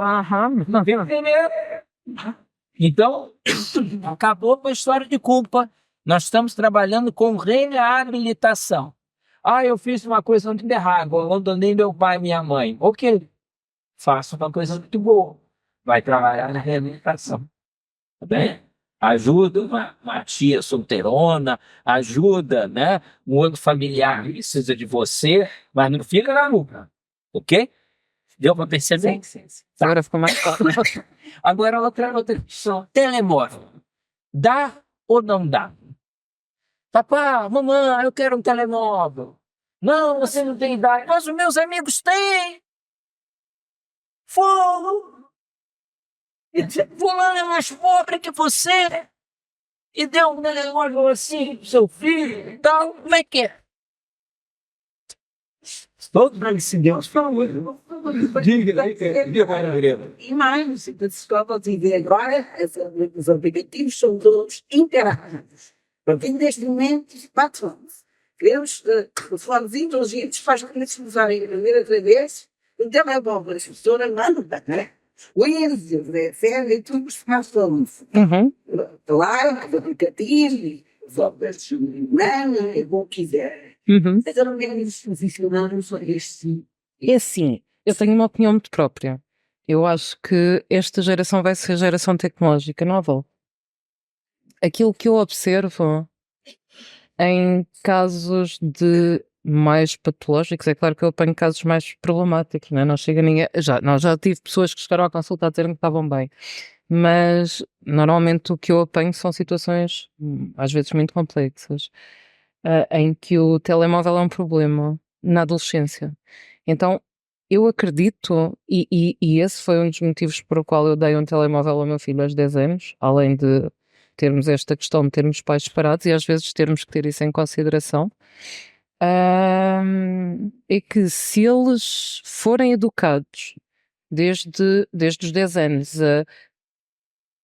apesar de serem imaturos para isso, a conseguirem lidar, a darem um bom uso do recurso que têm, então eu acho que aos 14 anos é muito mais fácil não termos problemas. Não é? Que, ok, tu tens, isto pode ser gerido da forma que vocês quiserem, desde que não seja livre.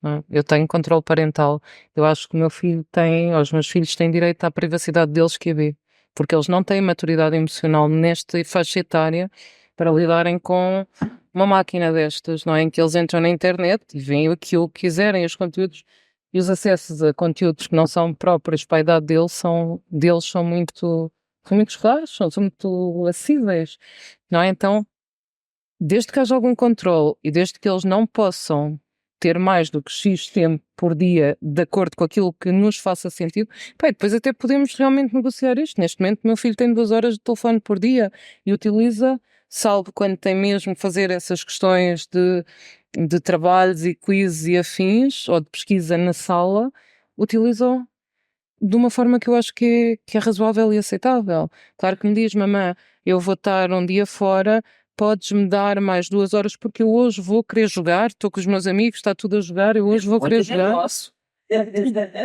Então, mas repara, faz algum sentido, ok, se calhar não tem a tarde toda, mas pode ter mais meia hora ou mais 1 hora, não é? Mas é uma questão que eu acho que cada um de nós deve gerir da sua maneira.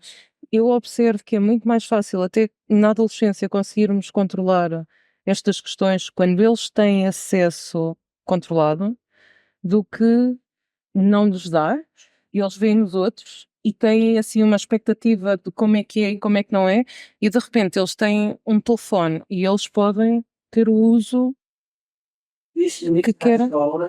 Que têm como deve, isso é um facto, que já não vivem no sul. Nem para professores. Nem para professor. Não, aliás, nós em Portugal temos 2 ou 3 escolas. Chega esse exagero e tal, que as pessoas não gravam os seus filhos. Todos saem a ser usado pelo mundo assim, deve ser muito avião de outra e não fazer este tipo que é o fechar. Eu não sei. Não sei se o fechar ou se o retirar ou se o não dá, porque eles são geração tecnológica. Não é? Temos que negociar. Temos que negociar. Chegar a um acordo. Meio termo. Certo? Ok. Mais alguma outra questão, alguma outra pergunta? Tá? Depois você falou aí, teve um momento que você falou que tem aí famílias que as crianças decidem tudo. O que vão comer, a roupa que vão vestir, o carro que os pais vão comprar, as férias aonde que vão fazer. Você citou aí pequenos ditadores. Uhum. Se isso fica assim, onde é que nós vamos parar? Trocamos a ordem hierárquica de pais, avós, filhos e temos um problema territorial. E como é ensinadores, que são bruxos. Eu acho que começa muito pela consciência dos pais, nesse aspecto, total cena. E a consciência do lugar que eu ocupo na família. Dá pra gente dizer assim, onde é que você tem vontade de ir de férias? Ah, eu queria tanto ir na Disney. Olha, Você sabe, eles nem é longe, tudo. Vamos pensar. O papai e a mamãe vai pensar. Dá para começar a negociar assim? Eu acho que dá. E, aliás, eu acho que tudo, a partir de determinada altura, tudo deve ser negociável. Com peso e medida, não é? Mas muitos de nós não fomos educados assim. Quantos de nós ouvimos assim, seu burro? Você nunca vai nada. Eu vou sair vou lá com teu pai, sair com a família da tua mãe. Muitos de nós, o pessoal aí também fomos educados assim. Somos então, estamos sendo convidados hoje, embora termos tido uma educação diferente, a oferecermos aos nossos filhos e netos uma abordagem diferenciada? Sim. Sim. A vida coloca-nos um bocadinho esse desafio de termos uma abordagem mediada. Não, aí vamos utilizar aquela estratégia da polaridade, não é? Não podemos ir para outro polo em que os nossos pais não nos deixaram decidir nada, nem tínhamos voto, para os nossos filhos é que vão decidir tudo. Não é? Mas pode haver um equilíbrio naquilo que nós precisamos de resolver dentro de nós e naquilo que são problemas que os nossos filhos não precisam de carregar por nós. Ok, mais alguma pergunta? Diga, Sérgio, depois você resta. De qual maneira entendi atualmente, os desenhos animados têm deixado um pouco de ser didáticos e passaram a ser um pouco dramáticos e agressivos. Isso não será influência das crianças? Poderá ter alguma, mas não sei se tivermos crianças mais seguras e mais confiantes, o impacto dos desenhos animados é assim tão forte. Até porque normalmente as crianças mais seguras e mais confiantes selecionam outro tipo de desenhos animados. As crianças selecionam aquilo com a qual se identificam muitas das vezes. Não é? Portanto, se elas estão muito tristes, elas vão escolher naturalmente algo que as faça sentir-se muito tristes. Não sei se poderá haver aqui poderá haver alguns casos em que os desenhos animados possam influenciar, mas confesso que não tenho muito essa experiência. Agora, há aqui um problema que nós não falamos e que eu acho que é importante, que é a taxa de suicídios nos jovens, que está a aumentar exponencialmente. E sim, aqui é importante termos em consideração as redes sociais, os esportes sociais, até mesmo às vezes os comportamentos aditivos, não é? Nesta questão do jogo, do isolamento social, da vida. E reparem, alguém que se suicida, eu acho que é alguém que está num desespero tão grande que na verdade ele não quer morrer, ele só não consegue continuar a viver. O sofrimento é tão grande que a pessoa só não consegue continuar a viver.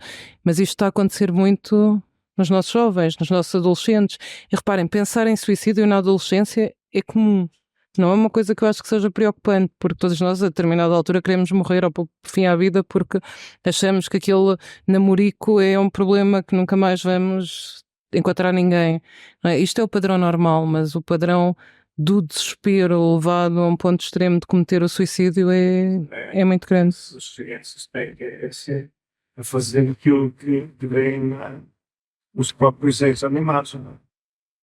Nós podemos lembrar de alguns suicídios nos Estados Unidos, em que, pela banda desenhada, eles atiraram-se, porque viam na banda desenhada que iam Superar o medo. tal coisa enorme, não acontecia nada. Poderá de alguma forma influenciar, sim. Confesso que não tenho muito essa experiência em relação aos desenhos animados no processo de identificação de causa. Não ia dizer nada de especial, era só dizer que, embora nós não tivemos esse tipo de educação com os nossos pais, nós educaram assim, que é de educaram da maneira, da melhor forma que eles tinham. Hoje, agora falo mais com uma avó que já não abriu com os meus filhos, que já se tiveram. Mas é assim, hoje eu quero educar de maneira diferente. Por isso é que eu estou aqui, logo mundo ouvir outras sugestões, porque não quero fazer, por exemplo, fiz aos meus filhos. Foi mais ou menos educação. É por isso que nós estamos aqui, doutor, que nos empenhamos a adorar a nossa maneira de educar, os nossos netos, sempre para aí. Que é nesse sentido. Eu não estou muito preocupada como é que foi, o que é que eu fiz, se fosse para que foi horrível. Mas eu sobrevivi. E agora estou aqui e já não me interessa. Quero fazer uma trabalhar diferente, computadora, e os casos agora será dos meus netos, da melhor maneira possível.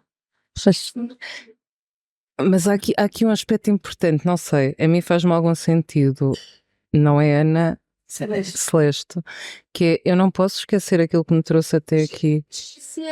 Eu posso ver a oportunidade daquilo que me trouxe até aqui? Isso, eu expressei mal. Eu não vou esquecer que foi realmente eu lembro várias vezes, mas não é por aí. Eu estou pegada a essa situação. Esse seria. O Espiritismo diz uma outra coisa. Trabalharmos em nós uma coisa que se chama, está lá no Evangelho, piedade filial. O nosso pai, a nossa mãe, nosso avô e nossa avó nos deram aquilo que para eles eram de valor e aquilo que para eles eram de melhor. Entendeu? Para eles, naquela realidade, eu preciso dizer o meu pai, tá?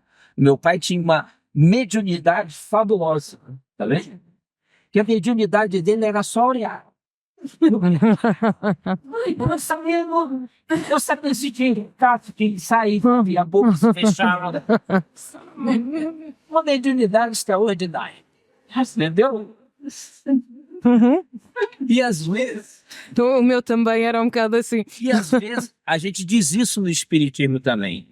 Que esse rigor, essa postura, foi aquilo que a gente precisava como espírito imortal para ser um grande aguilhão para a gente avançar, para a gente se desenvolver. Tivesse um pai e uma mãe frouxo, muito liberal, talvez a gente não tivesse dado o espaço que deu, tá? Mas eu estou perguntando, diz agora, Gostar, quando o espírito é reencarnado, não escolhe os pais. escolhe. Pronto. Escolhe. A gente aprende isso no Espiritismo. O ser espiritual, antes de renascer na Terra, tá?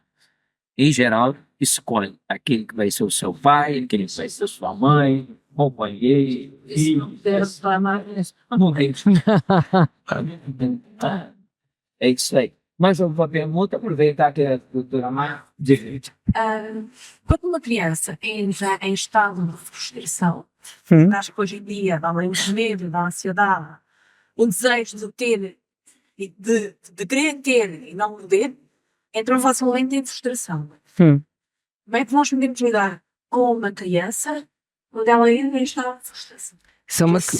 Isso é uma questão muito, muito pertinente. Eu acho que a criança precisa de perceber os limites, não é? E nós temos que ser seguros nos limites, porque a criança não tem maturidade para perceber o próprio conceito de frustração.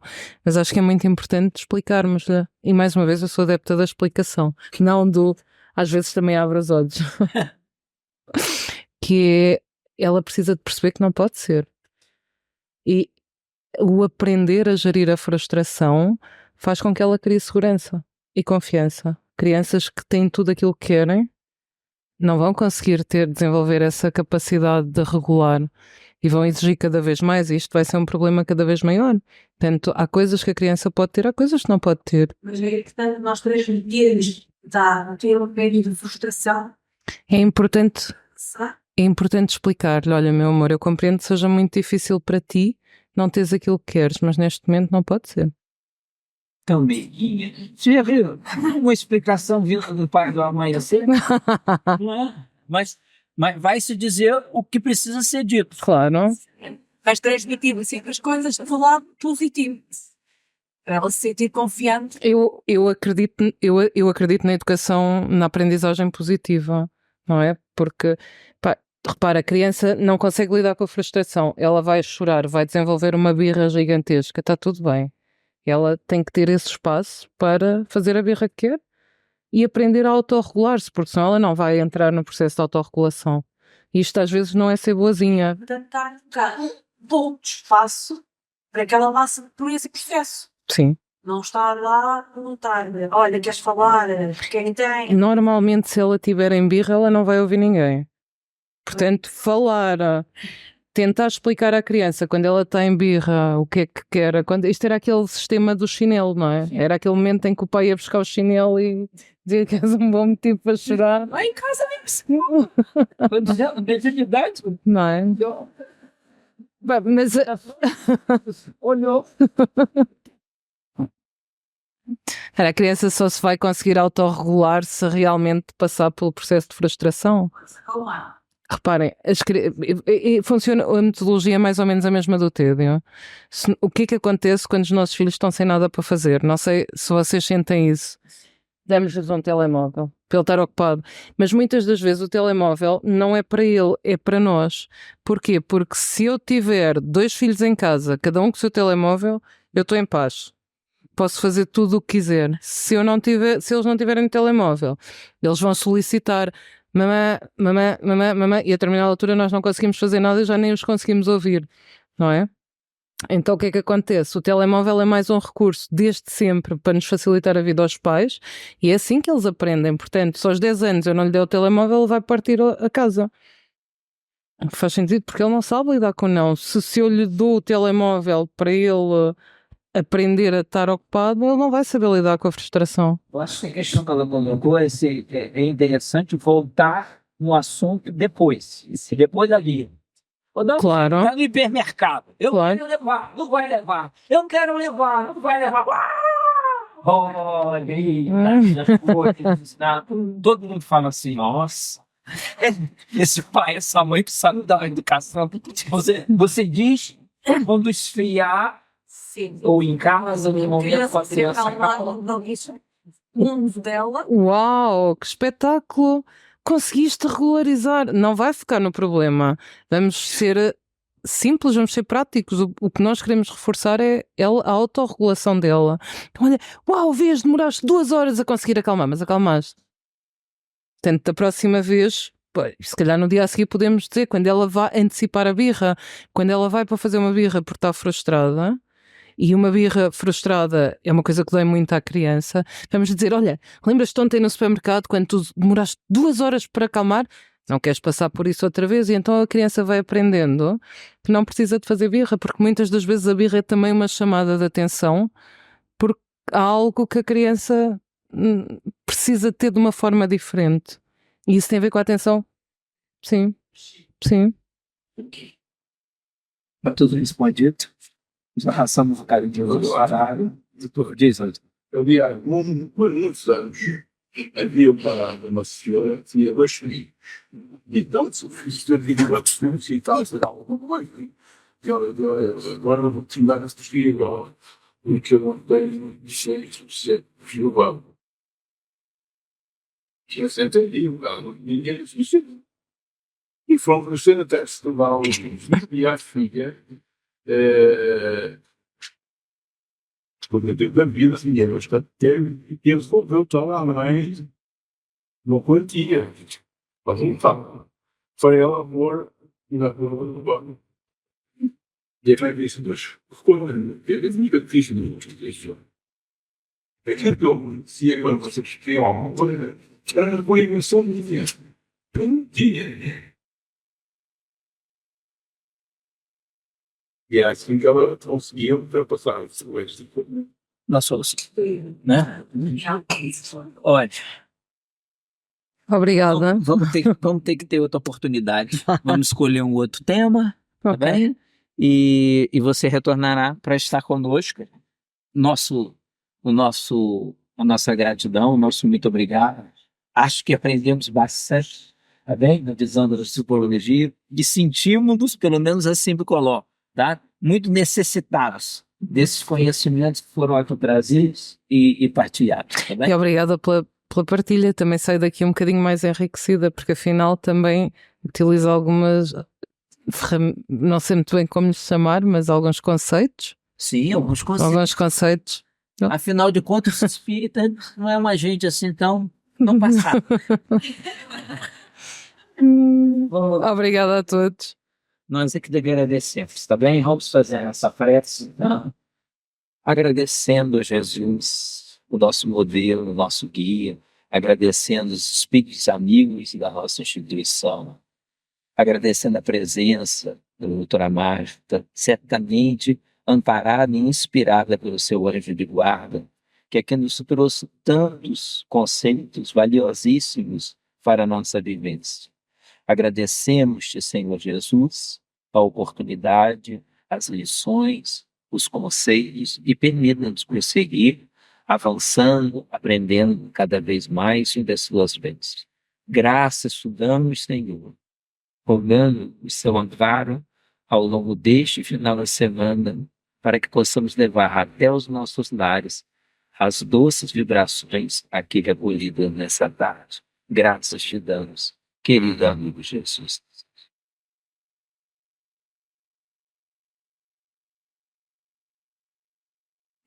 Mas vamos te oferecer uma obra, o que é o Espiritismo. Né? Para quem, quando você tiver, né, de desejar, vem